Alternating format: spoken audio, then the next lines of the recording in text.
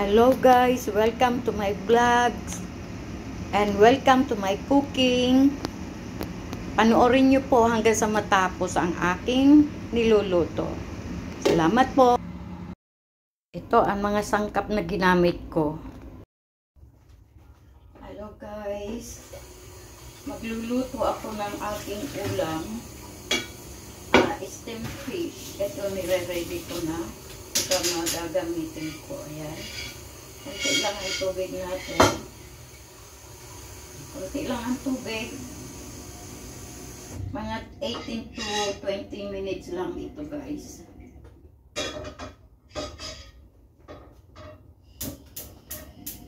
Ayan, pakuluan muna natin yung tubig.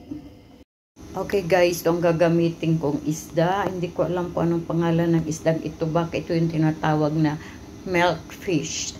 At itong taupo, ibang klaseng taupo to, yung matigas. Hindi ko alam kung ano to. Yan, gagamitin ko yan.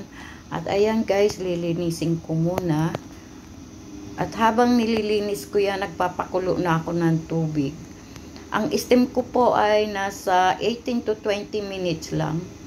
Ayan guys, hatian ko dito sa gitna. Yan, para maluto yung gitna. Lagyan ko ng hiwa. Ayan guys, nire-ready ko na ang aking ulam. Madali lang to, kahit anong oras na, 12:40 na guys, hindi pa ako kumakain. Ayan guys, panoorin nyo, sundan nyo lang po ang aking steamed fish. Ayan na guys, aayusin ko na para ilagay ko na doon sa kumukulong tubig. Ilalagay ko sa ilalim itong parang tofu. Ayan, ayusin ko, isasapin ko sa isda yan. Yan, sundan nyo na lang guys kung paano ko gawin. Okay. At ngayon, ilalagay ko na yung isda sa ibabaw. Ayan na. Nakalagay na yung isda sa ibabaw. Isusunod ko naman yung spring onion. O kaya dahon ng sibuyas. Ayan guys.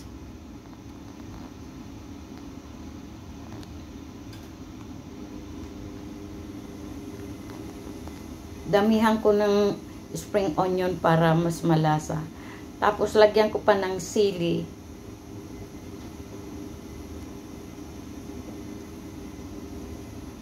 At syempre ilalagay ko ang luya o kaya ginger.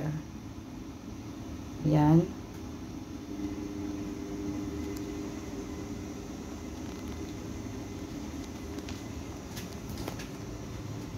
Ayan, linagyan ko na ng ginger. At hindi kompleto at walang lasa kung wala itong black beans and garlic sauce. Ayan. Ang palasa yan, guys.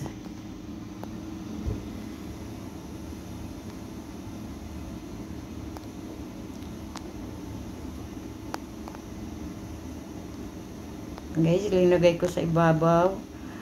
Meron pa nilalagay dyan, kaya lang hindi ako bumili masyadong mahal. Isang boteng maliit, nasa 35. Kaya itong garlic sauce, black beans and garlic sauce medyo mura. Nasa 16 lang. Diba kalahati ang tipid ko. Ayan, linagay ko na guys. At okay, 18 to 20 minutes. Ito po ang aking steamed fish. Ayan po, linagay ko na sa kumukulong tubig. Tinakpan ko na rin. Look yummy and delicious. Okay guys, okay na to. Ayan, luto na siya. Ito na po ang aking steamed fish. May gagawin pa po ako, hindi pa yan tapos. Panoorin nyo hanggang sa matapos ang aking cooking. Ito guys, magpapakulo ako ng konting cooking oil.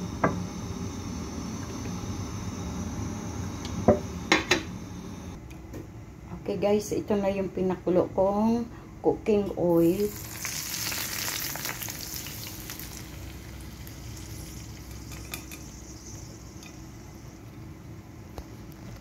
Okay guys, ito na po ang aking steamed fish at ito na rin ang aking ulam at dito na po nagtatapos ang aking cooking. See you next time. Okay guys, thank you for watching. Hope to see you again soon.